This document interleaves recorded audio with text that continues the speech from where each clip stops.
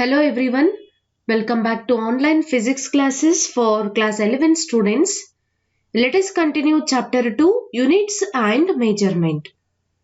So in this chapter we studied about system of unit, measurement of length, measurement of mass, measurement of time, and in the previous class we studied about accuracy and precision.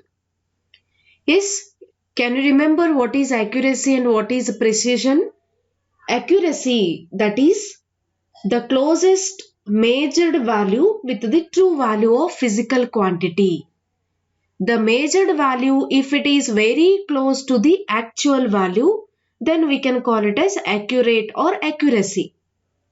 And precision, here all the measured values are not closer to the actual value or the true value or standard value, but all the measured values are very close to each other, so we can call it as precise value or precision.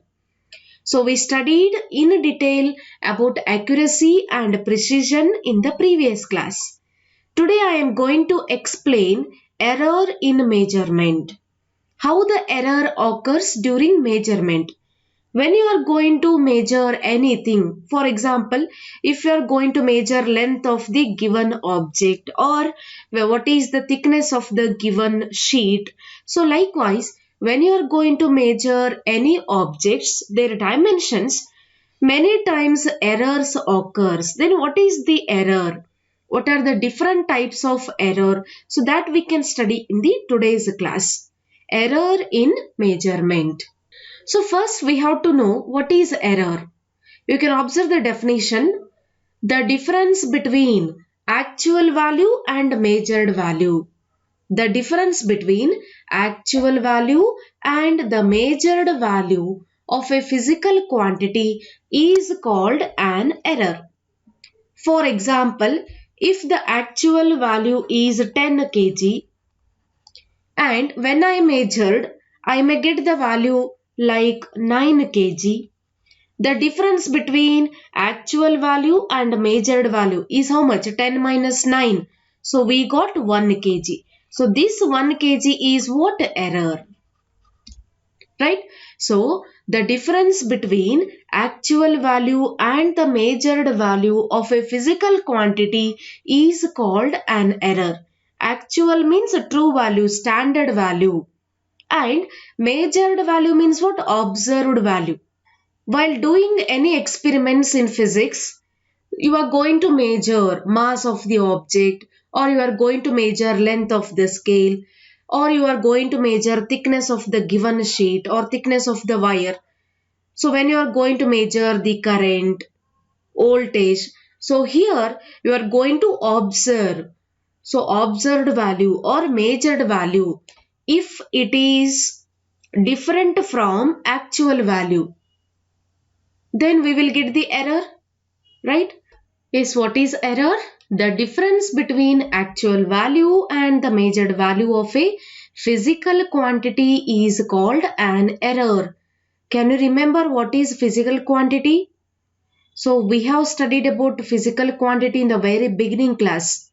Physical quantity, the quantity which can be expressed in terms of numerical value. The quantity which can be expressed in terms of numbers.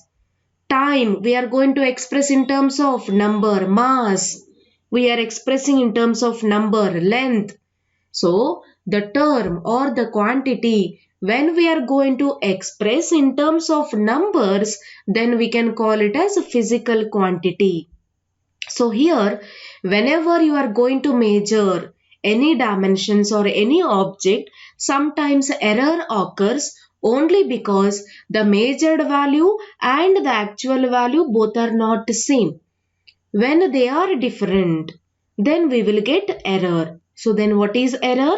The difference between true value and observed value, or actual value and the measured value of a physical quantity is called an error. So what is error? You can observe this equation. Error is equal to actual value minus measured value. True value minus observed value. So actual value is 10 kg. When I measured mass of any object, I may get 9 kg. So the difference between them is how much? 1 kg. This is what? Error. Is it clear? So then classification of errors. The errors in measurement are broadly classified into two types. There are two types of errors and they are systematic error and random error. What are the two types of errors? Systematic errors and random errors. Now we can study in detail about each one of them. The first one is systematic errors. The errors which are due to known causes, acting according to a definite law. These are called systematic errors. So in simple manner, we can say that systematic error is the error which occurs due to known causes. If you know the reason behind the error, then we can call it as a systematic error. If you know the reason, if you know the cause, then that is systematic error. The error which occurs due to known causes. Known causes means if you know the reason behind the error, then it is called systematic error. So what is systematic error?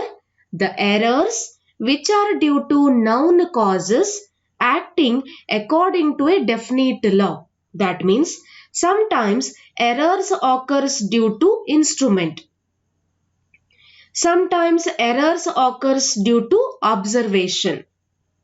Sometimes errors occurs due to some natural phenomenon. Because of change in the atmosphere, errors occurs. If you know the reason behind the error, then we can call it as a systematic error. The error which occurs due to known reason or known causes. There are two types of errors. They are systematic error and random error. Now we are studying about systematic error in detail. So what is a systematic error? The error which are due to known causes. Cause means what here? Reason. What is the reason behind that error? Why that error occurs? If you know the answer, if you know the reason, if you know the cause behind the error, then it is called as systematic error. Now, there are three types of systematic errors. How many types are there in systematic error? Three types, and they are instrumental errors, personal errors, and natural errors. Natural errors is also called as error due to imperfection in experiment technique. So these are the three types of systematic errors. Yes, what are the three types of systematic errors? Instrumental error, personal error, and natural error. Natural error is also called as error due to imperfection in experimental technique. Now we can study in detail about each one of them. So what is instrumental error? The name itself says that instrument, equipment, devices, whatever we are using to measure. So because of that instrument, if that error occurs, so we can call it as instrumental error. Yes, you can observe the definition here. The errors arise due to imperfect design or defective alignment of the instrument. These are called instrumental error. So instrumental error occurs only because of imperfect design of the instruments or defective alignment of the instrument. Sometimes in the instrument, if the alignment is not proper, if the design is imperfect, then automatically instrumental error occurs. Right? What is instrumental error?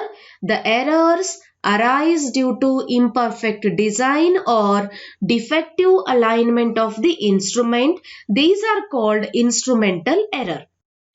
To understand instrumental error, I will give you one example. You can observe here, zero error is an example of instrumental error. So this zero error occurs in the instruments like vernier calipers and screw gauge. Vernier calipers and screw gauge, these are the instruments. In these instruments, we can get zero error, and this zero error is an example for instrumental error. So in PUC first year physics practical, you are having the experiments like screw gauge and vernier calipers. These two instruments you are going to use in physics laboratory in PUC first year. So this vernier caliper is a device or the instrument which is used to find diameter, internal diameter or external diameter or volume of the given cylinder. And similarly, screw gauge is a device used to find thickness of given sheet or thickness of the wire. Thickness can be easily found using the device screw gauge, and diameter of the cylinder we can easily find using vernier calipers. In these instruments we can get zero error. This is one example for instrumental error. Yes, what is instrumental error? The error arises due to imperfect design or defective alignment in the instruments like vernier calipers and screw gauge. You can observe the two pictures here, screw gauge and vernier calipers. To understand what is zero error in these instruments, first we can observe screw gauge. Screw gauge is a device or an instrument which is used to find thickness of the given wire or thickness of the given sheet. How the zero error occurs in screw gauge we can observe. Now you can first observe the different parts of the screw gauge. This is a stud, screw, pitch scale, thimble, ratchet, circular scale and frame. These are the different parts of screw gauge. Right? With the help of this thimble, we can rotate the circular scale. You can observe there are two scales here, pitch scale and circular scale. With the help of thimble, we can rotate the circular scale. Right? Now how the zero error occurs? How to find whether the error is present in the instrument or not? So first thing you can remember, stud and screw. You can observe the stud and screw here. When plane surface of the screw, means this part, when plane surface of the screw and the opposite plane stud, means this part. When these two are brought into contact with the help of thimble, when we rotate thimble, we can move this screw towards stud, so that these stud and screw are brought in contact with each other. Then you have to observe pitch scale and circular scale. What we have to observe in both the scale? See here, if zero of the pitch scale coincide with the circular scale. If zero of the head scale or circular scale, if it coincide with the zero of the pitch scale, if these two zeros are exactly coincided, then there is no zero error. Suppose if zero of the pitch scale and zero of the circular scale, if both are not coincided, then zero error occurs. How to find zero error in screw gauge? See here, first we have to close stud and screw with the help of thimble. When we rotate that thimble, stud and screw will be brought closer to each other. When we brought these two jaws or these two stud and screw closer to each other, then we have to observe pitch scale and circular scale. In pitch scale 0 and in circular scale 0. If these two zeros are coincided, then there is no error. If they are not coincided, then zero error occurs. That means Here this is pitch scale. You can take this is a 0. Right? Then we are having one more scale here, that is circular scale. Here we are having the readings like this. So suppose if 0 at this point from the circular scale, if it is exactly coincided, then there is no error. Sometimes what happens, because of the defect in the alignment, 0 of the pitch scale, maybe it is not coinciding with the 0 of the circular scale. Sometimes I can get 0 here in the circular scale. So now it is not coincided with the circular scale. If it is not coincided, see here, we will get the line here. If it is not coincided, then 0 error occurs. So in detail you are going to study in physics practical. Is it clear? This is just one example for instrumental error. Similarly in vernier calipers, you can observe the different parts of vernier calipers. These two are internal jaws. Below that there is a external jaws, and this is a locking screw, imperial scale, metric scale, and this is depth measuring blade. So this depth measuring blade is used to find the volume. And now here you can observe two scales, imperial scale and metric scale. When these two external jaws are brought closer to each other, just like a screw gauge.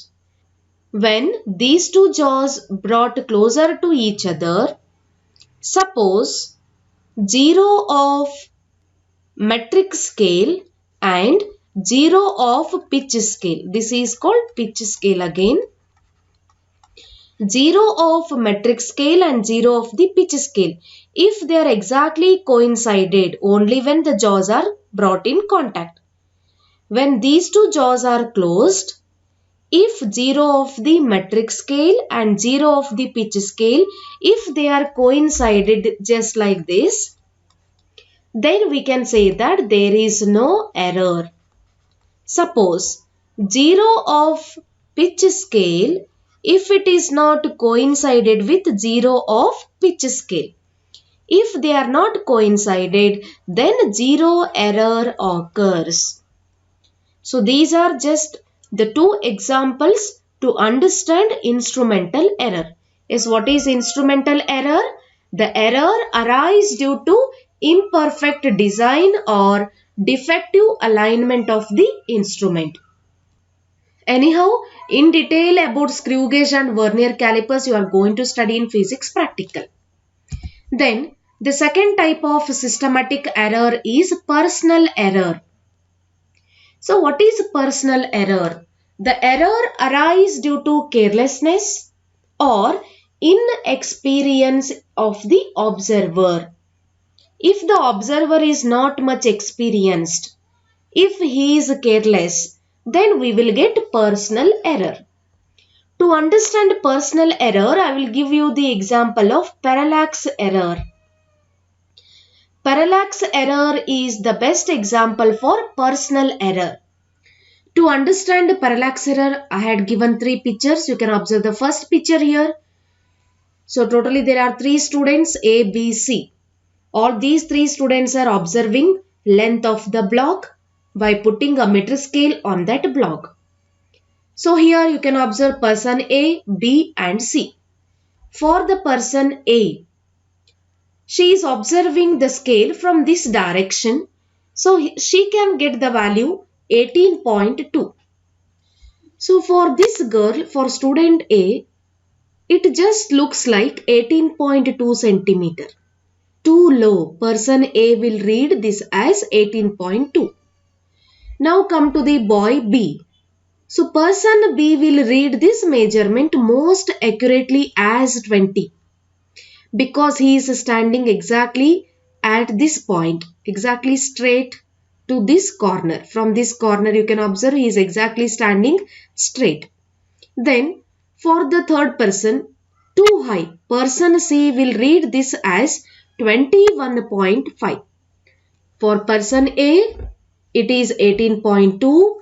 For person B, it is 20. For person C, it is 21.5. So this is called personal error or parallax error. It is all because of the standing position of the person. Whenever you are going to observe the readings, you have to stand exactly straight towards that point.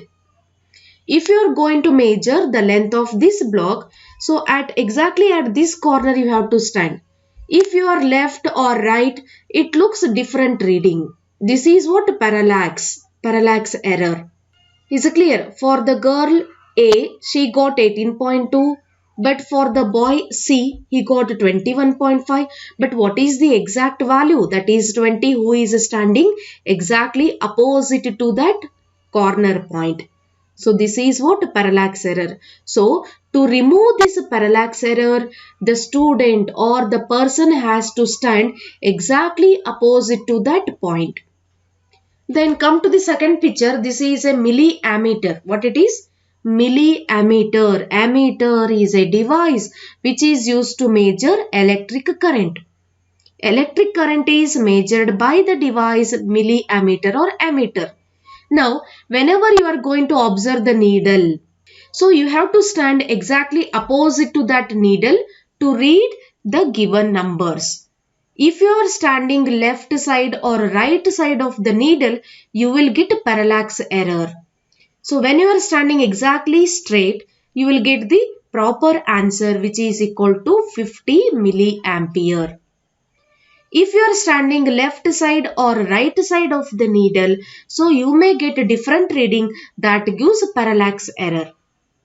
In the third picture also you can observe, for the person who is exactly standing opposite to that point, so he got 4.8 centimeter. This is accurate value.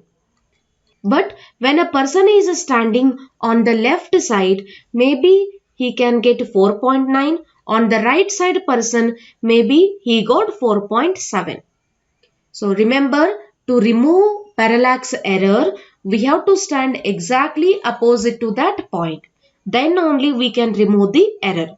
So this is what parallax error. Parallax error is the best example for personal error.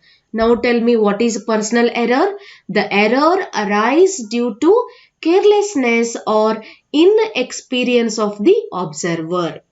Come to the third point. Third error of systematic error is natural error.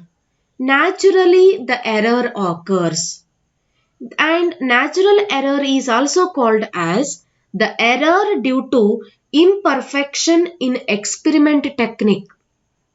Right? Imperfection in the experiment technique, that gives natural error. You can observe the definition. The errors arise due to change in external conditions. It is not in your hand. You are doing some experiment. For example, you are going to take a hot water and then you are going to measure the temperature of hot water. When that hot water is kept in the glass, it is completely open, it is in contact with the surrounding. So that time, because of the change in the surrounding temperature, so temperature of hot water changes because the heat energy is transferred from hot water to the surrounding or to the room temperature. So here the error which occurs naturally because of the external conditions, just like temperature, pressure, humidity, etc. So during the experiment, suppose the external conditions are changed, then we can call it as natural error. This is not in your hand. When a temperature changes, when the environmental temperature changes, the experimental readings, sometimes it may change. So we can call it as natural error. Example, if the pressure changes, melting point of ice changes, this causes natural error. Suppose if pressure increases, so that ice start to melt. When that ice is melting, so that temperature gone changes. So this is what natural error. Is it clear? So what is natural error? The errors arises due to change in the external conditions like temperature, pressure, humidity. So because of all these external changes during the experiment, these are called the errors due to imperfection in experiment technique.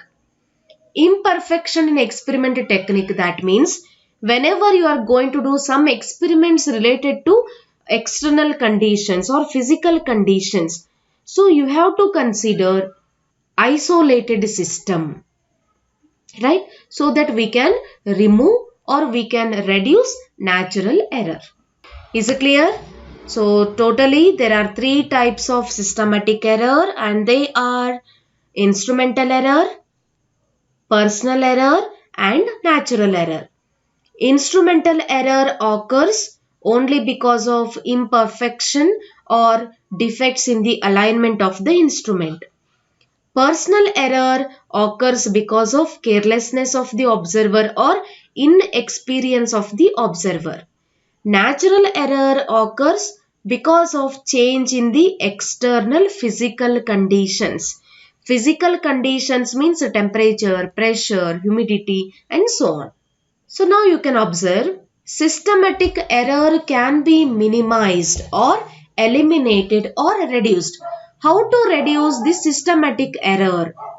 By selecting better instruments, improving experimental techniques, taking appropriate remedial steps, we can reduce systematic errors.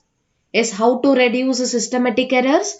Systematic errors can be minimized or reduced or eliminated by selecting better instruments, instrument with a good alignment, improving experimental technique, and taking appropriate remedial steps. We can remove systematic error. So this is all about systematic error. So what is a systematic error? The error which occurs due to known causes. So because of known reasons, if that error occurs, we can call it as systematic error. And systematic error is again divided into three types, and they are instrumental error, personal error and natural error. Is it clear? Now we can move towards the second type of error, and that is random error. What are the two types of errors? They are systematic error and random error. Systematic error we have studied, and this is random error. So what is this random error?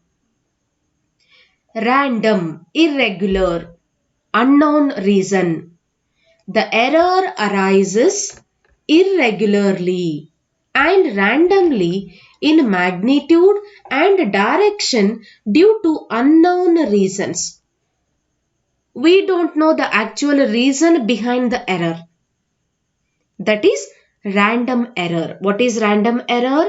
The error arises irregularly and randomly in magnitude.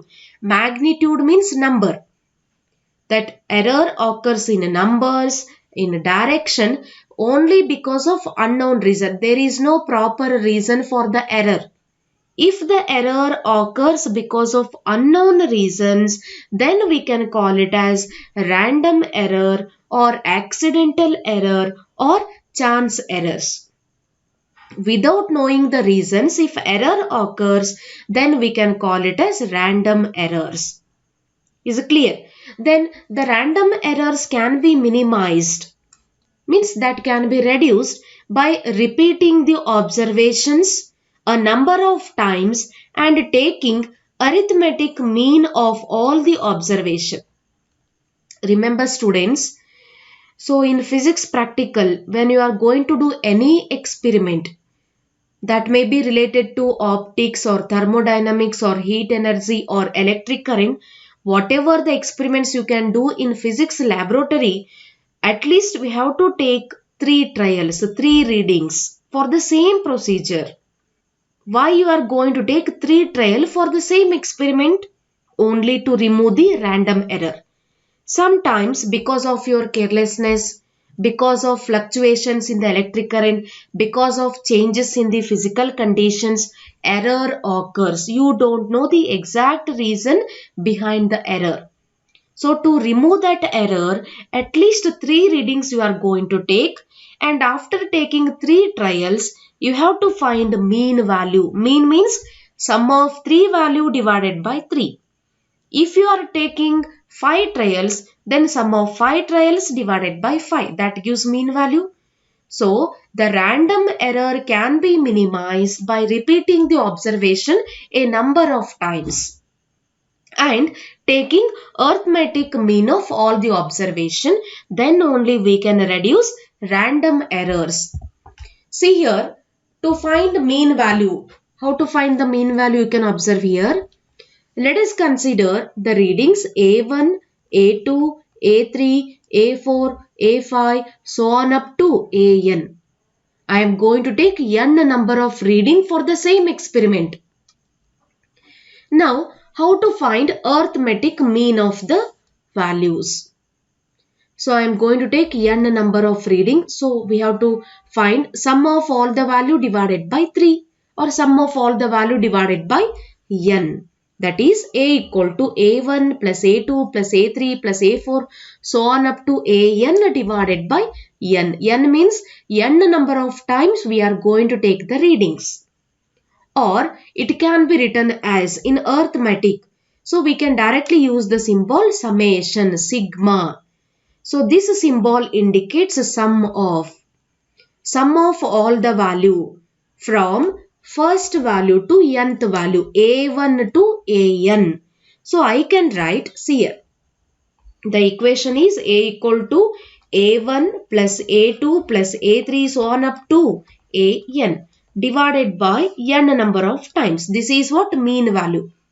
So this equation can also be written as A equal to summation of A particle or A of I. I means what here? From first reading to nth reading divided by n. Or we can take 1 by n outside, remaining is sigma or summation of ai, where I is equal to 1 to n. 1 to n means first reading to nth reading.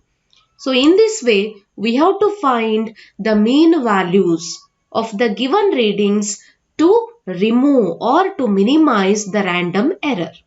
So this mean value is taken as actual value or true value of the quantity. See here, I will give you one example. I am going to measure temperature of the hot water using thermometer. So now I am going to take 3 trials. So first trial I got 70 degrees Celsius.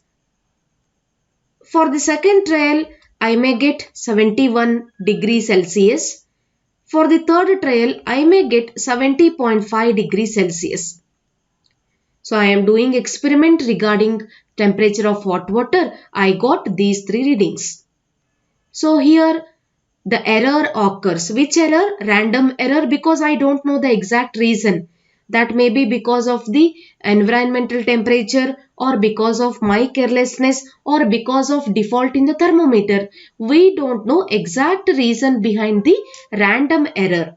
So in these conditions, at least 3 readings we have to take and we have to find its mean value. How we are going to find its mean value?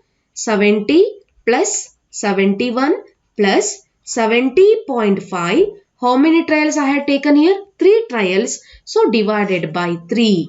That gives mean value, and this mean value is itself considered as actual value or true value. So this is all about the classifications of error. Is it clear? So what we studied in the today's class? Definition of error. What is error? Difference between actual value and measured value. What are the 2 types of errors? Systematic error and random error. What is systematic error? The error which occurs due to known reasons. What is random error? The error which occurs due to unknown reasons. What are the 3 types of systematic errors? Instrumental error, personal error, natural error. Give an example for instrumental error. Zero error in vernier calipers, zero error in screw gauge. Give an example for personal error, parallax error. Give an example for natural error, change in the physical conditions like temperature, pressure and humidity. So this is all about classifications of errors. So in the next class again we can continue the different types of errors.